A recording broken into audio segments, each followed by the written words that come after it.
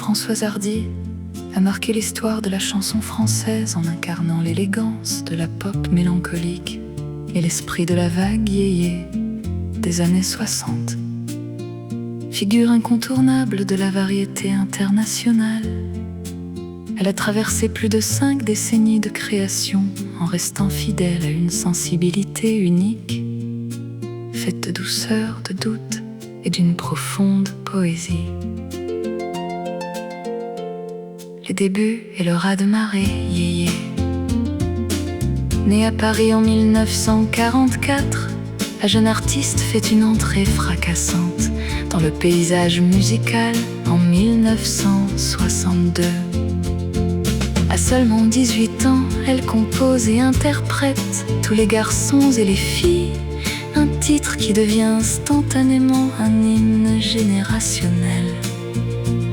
Ce premier succès phénoménal s'écoule à plus de 2 millions d'exemplaires. Contrairement à ses contemporains de l'époque, Salut les copains, elle se distingue immédiatement. Autrice, compositrice, interprète, elle écrit et compose la majorité de ses morceaux, un fait rare pour les femmes de sa génération.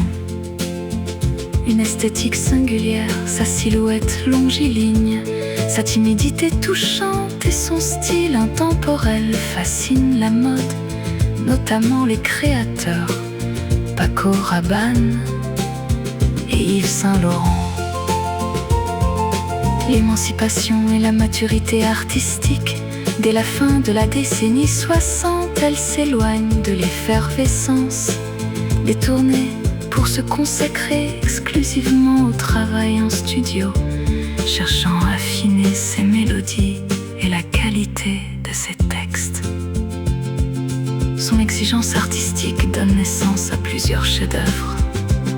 En 1973, l'album Message personnel, réalisé avec Michel Berger, relance magistralement sa carrière et installe définitivement son image de muse mélancolique.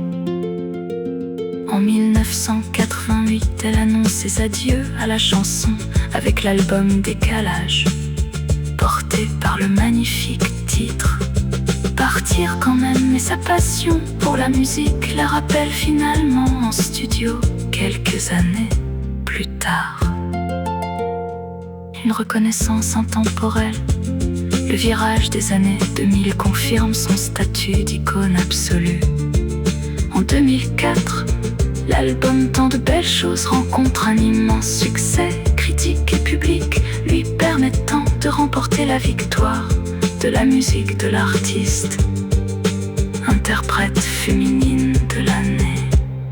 En 2005, son ultime opus Personne d'autre sort en 2018 et témoigne une dernière fois de sa lucidité face au temps qui passe. Au-delà de sa propre discographie, sa carrière est jalonnée de collaborations prestigieuses avec des artistes du monde entier, de Serge Gainsbourg à Blur, en passant par son compagnon de toujours, Jacques Dutronc. Elle s'éteint en juin 2024, laissant derrière elle une œuvre immense d'une vingtaine d'albums studio qui continue d'inspirer de nouvelles générations d'artistes.